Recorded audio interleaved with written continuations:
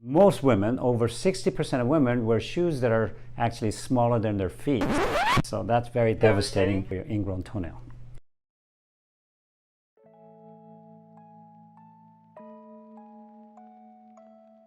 Today I'd like to talk to you about 6 home remedies that you can use at home before you go see your doctor. But if you have your nail looking like that, totally infected, then you need to go seek a professional care.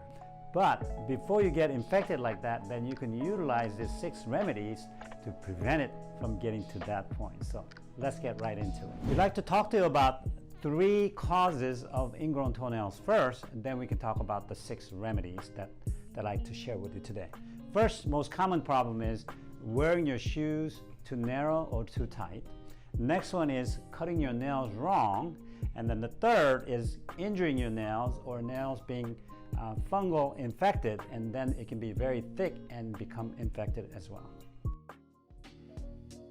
My first remedy is to pick the right size shoes and right type of shoes. A lot of ladies like to wear this type of shoes. They're beautiful, but they're very narrow in the front, and it can jam up that big toenail especially and get it ingrown. And studies show that most women, over 60% of women, wear shoes that are actually smaller than their feet. So that's very devastating for your ingrown toenail. The next one is when you buy shoes, you're buying shoes that are too tight. Most patients come in and when I measure their feet against the shoes, it is way up there to the tip of the toes, but you need at least a thumb width from the longest toe, either a big toe or the second toe, usually it's the longest. You have to have a thumb width when you're standing from the tip of the shoe into the longest toe of the shoes. And that's very important because if you don't have that, then your foot tends to move inside and it's going to constantly traumatize the nail, and that causes ingrown toenail. My second remedy is to cut the nail properly. As you can see in this picture, this is a proper way to cut the nail straight across the skin right here. Once you start going in the corner like this, and a lot of people tend to do that, and then the skin moves up, so there's no place for the nail to grow, so that it gets stuck and gets ingrown. So it's very important that you don't round up like this too much. You let it go straight up to the tip of the skin here. Make sure you do that. On the next slide, on the next remedy, I'll show you exactly how to do that. We're about halfway through my favorite remedies. If you've enjoyed this video so far or learned something new, be sure to leave the word home remedies in the comments below and give this video a thumbs up.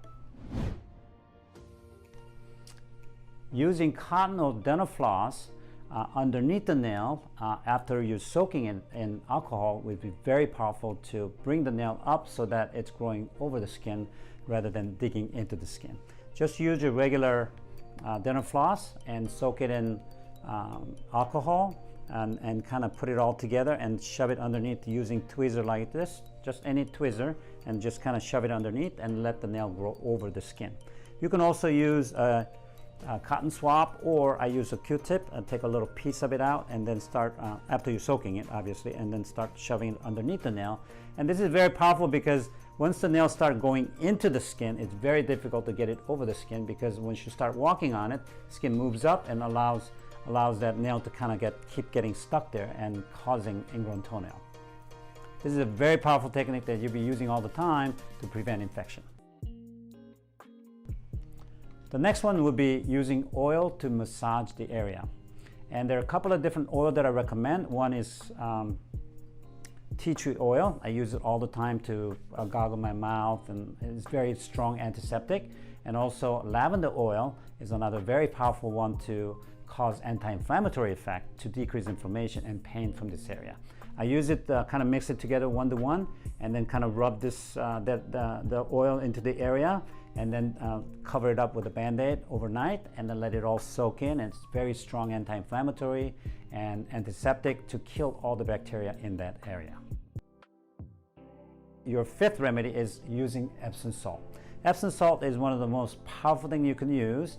Magnesium sulfate, which is Epsom salt, is very soothing, and also it sucks all the swelling out of the area, and also kills all the bacteria at the same time.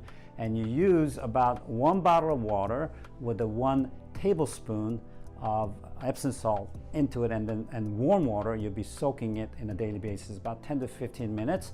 Now, you can obviously use more water and you use more Epsom salt as well, but you want to start slow, because if you use it too much, then maybe burning sensation to that area and could be painful. So you start slow and then slowly work up to it. If you use it daily, it's really, really strong to get rid of inflammation and infection from this area.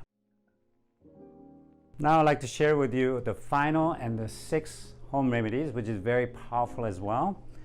It is to use apple cider vinegar or hydrogen peroxide or even lemon juice. And these are very strong acid, and when it gets in there, it kills the bacteria and it cleans the whole area out, and very strong anti-inflammatory as well. I use apple cider vinegar all the time. I drink it every morning to help my gut health. Also, you can soak this in a cotton and then put it right onto the area. Just let it sit there for a good 10-15 minutes. Let it work to get inflammation and infection out of this area at the same time. Be sure to like this video if you found it interesting or learned something new. If you think someone else will enjoy it, be sure to send it to them. I post videos just like this one every week, so don't forget to subscribe and turn on those notifications. Don't forget to follow me on my other social media channels, including Instagram and Facebook, to stay updated on everything happening on my channel. Until next time, be educated, get empowered, and encourage others today.